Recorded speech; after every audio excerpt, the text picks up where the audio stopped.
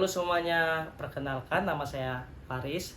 Kami dari salah satu kelompok Jogis, Jogja Istimewa Grup A, tanggal 7 Oktober tahun 2023. Di sini saya akan menjelaskan sejarah awal mulanya tari klasik Yogyakarta.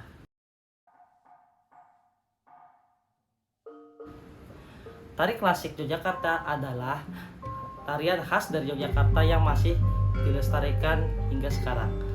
Tari klasik Yogyakarta disebut juga dengan gaya Mataraman. Tari klasik Yogyakarta sudah berkembang sejak berdirinya Keraton Yogyakarta. Tari klasik gaya Yogyakarta merupakan tarian yang memiliki banyak nilai historis, sosiologi, politis, dan pendidikan. Dimulai dari sejarahnya, tari klasik Yogyakarta dimulai saat perjanjian Giyanti yang tahun 1755. Dalam perjanjian tersebut, Keraton Mataram terbagi menjadi dua, yaitu Kesunanan Surakarta dan Kesultanan Yogyakarta. Pada tahun 1756, yaitu perjanjian Jatisari, dibentuklah rencana masa depan masing-masing kerajaan untuk meneruskan warisan budaya Mataram.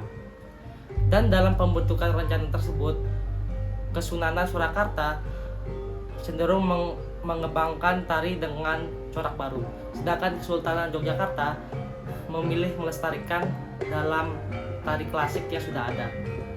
Dari situ pula tari klasik Yogyakarta disebut dengan joget tari Mataram. Di Keraton Yogyakarta, Sri Sultan Hamengkubuwono I tidak hanya mencintai seni tari, tapi ia juga merupakan penari yang handal. Bahkan selama Sri Sultan Hamengkubuwono I memerintah, ia telah menciptakan beragam tarian seperti beksan lawung, lalu ada beksan eteng, dan lalu ada dramati wayang wong. Tari klasik Yogyakarta awalnya hanya tumbuh dan diajarkan di dalam keraton. Namun di 17 Agustus 1918, seni tari mulai diperkenalkan di luar keraton.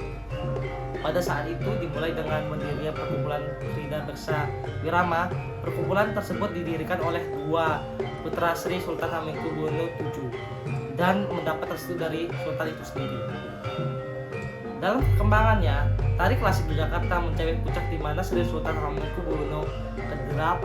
Pada saat itu wayang wong merupakan karya monumental yang sekaligus menjadi simbol legitimasi raja. Wayang wong juga menginspirasi lahirnya beksan-beksan tari, tak lepas dengan mengambil ide dari tokoh kesenian tersebut. Dari wayang wong terciptalah berbagai bentuk koreografi mulai tarian tunggal hingga pasangan. Demikianlah penjelasan sejarah terkait seni tari klasik Yogyakarta. Terima kasih. Halo semuanya, perkenalkan namaku Fernando. Kami dari salah satu grup Jogis A, tanggal 7 Oktober 2023 lalu. Nah, di kesempatan kali ini saya ingin bercerita apa yang saya dapatkan saat mengikuti acara Jogis. Selain juga dari sejarah dan tari, kami belajar 4 bentuk mudra. Mudra itu bisa disebut dengan bentuk tangan. Nah, bentuk tangan ini yang digunakan untuk melakukan joget Mataram klasik tersebut. Nah, ada 4. Yang pertama itu ngeruji. Cara membentuk ngeruji itu gampang. Kita harus mengangkat telapak tangan kita seperti ini. Kita tegakkan semua jari kita ke atas selain ibu jari. Ibu jari ditekukan mengarah ke telapak tangan. Nah, ini ngeruji. Yang kedua itu yaitu nyiting. Nyiting itu juga salah satu gerakan tangan yang digunakan saat menari. Nyiting, cara membuat bentuk tangan nyiting itu gampang juga. Kita dari telapak tangan terbuka seperti ini, kita tutup pakai jari tengah menemui ibu jari.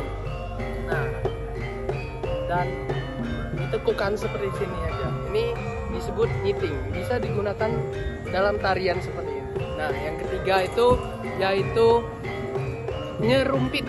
Nyerumpit perubahan dari nyiting, ya gampang. Kita lakukan nyiting, namun yang kita lakukan adalah telunjuk kita yang menempel dengan ibu jari. Dan jari tengah kita dan kawan-kawannya harus lurus. Nah, ini disebut nyerumpit. Gerakan tari juga dilakukan menggunakan bentuk tangan ini. Yang terakhir yaitu ngepel. Ngepel itu bisa disebut kayak lagi ngepal. Nah, cara membuatnya gampang. Kita dari 5 jari kita tekukkan jari telunjuk, tengah dan manis, dan kita tekukkan juga kelingking serta jempol. Nah, membentuk seperti ini guys. Oke, mungkin gitu saja dari saya, 4 bentuk mudra yang dilakukan untuk joget Mataram. Terima kasih. Halo, perkenalkan nama saya George Martin dari salah satu kelompok di grup A. Di sini saya akan menjelaskan tentang 4 unsur dari joget Mataram itu sendiri. Yang pertama itu ada sawiji, yaitu konsentrasi total, tetapi kita menimbulkan ketenangan pada si jiwa si penari. Terus yang kedua itu ada greget, yaitu dinamika atau semangat atau api yang membara dalam jiwa si penari itu. Terus yang ketiga ada sembuh. Sembuh itu percaya pada diri sendiri atau self confidence, tetapi juga tidak menimbulkan kesombongan. Terus yang terakhir, yang keempat, yaitu ora minggu.